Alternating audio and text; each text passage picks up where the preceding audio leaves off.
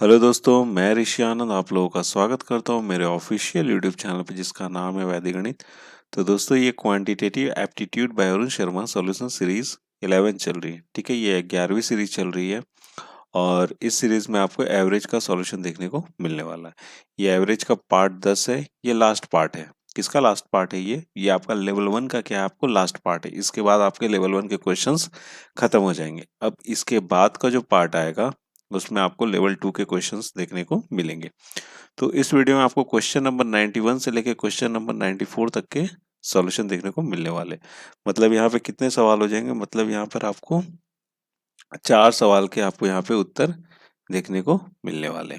तो बहुत ही सिंपल तरीके से मैंने बताया।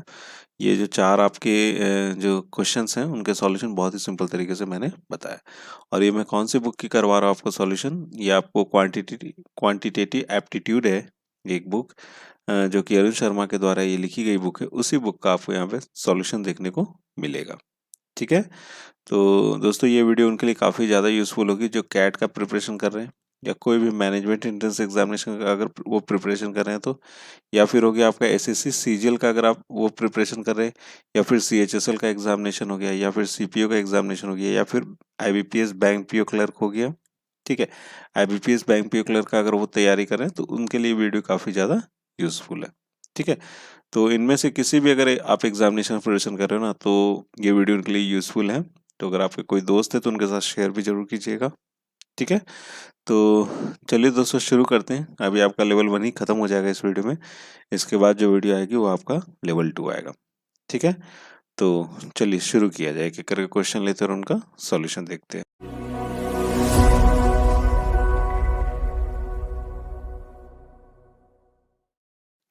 हाँ तो दोस्तों पहला सवाल आपके स्क्रीन पर है। पहला सवाल क्या है, the average of 50 numbers is 0। Of them at the most how many may be greater than 0। ठीक है, देखिए समझिए सबसे पहले सवाल को क्या बोला जा रहा है कि the average of 50 numbers, 50 number जो है ना उनका एवरेज कितना है, 0 है।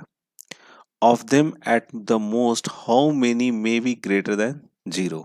ठीक है, तो इसमें आपसे पूछा जा रहा है कि इसमें कितने सारे नंबर आपको मैक्सिमम टू मैक्सिमम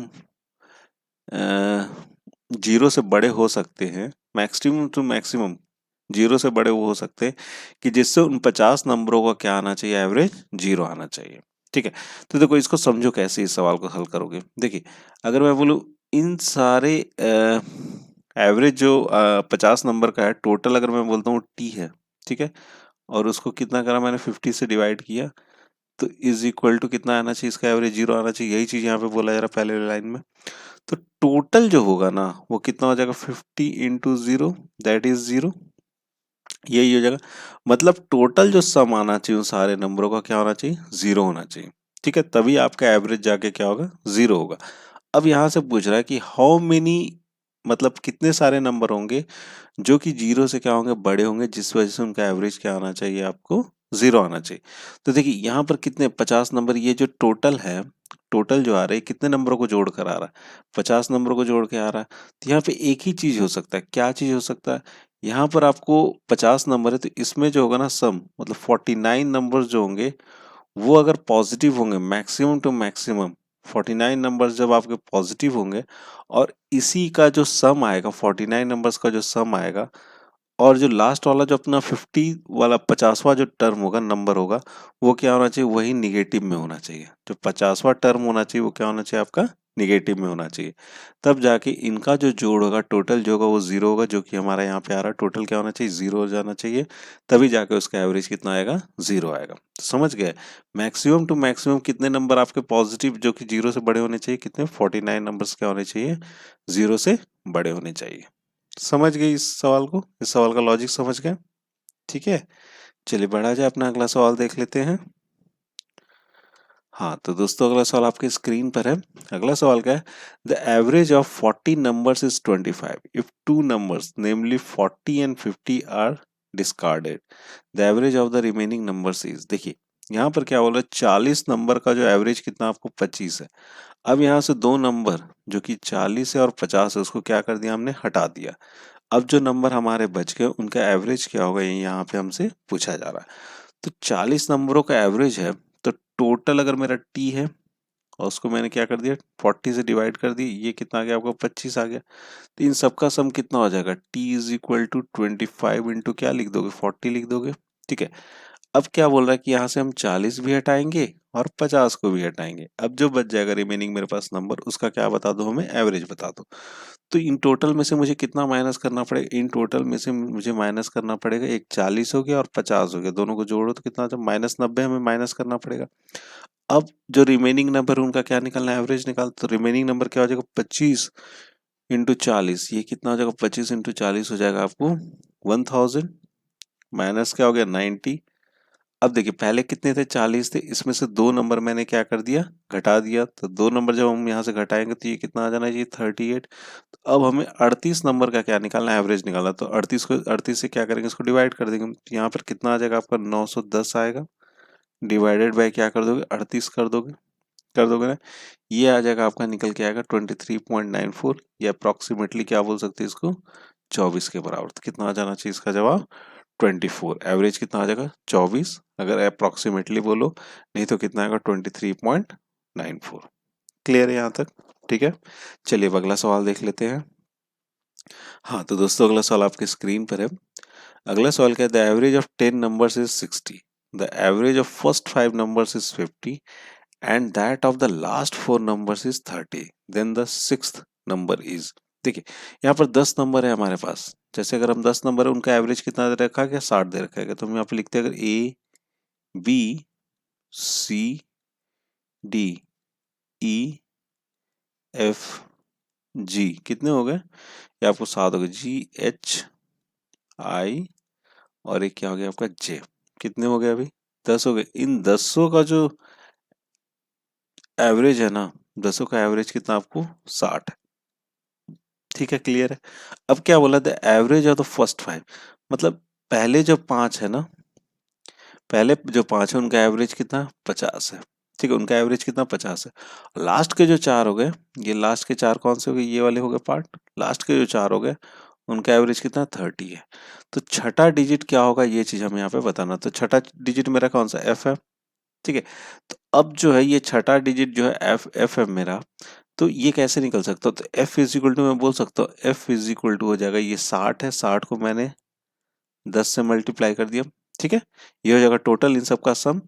अब जो 5 का जो एवरेज है वो कितना आपको 50 है, तो इसमें से हमने क्या माइनस कर देना 5 इंटू 50।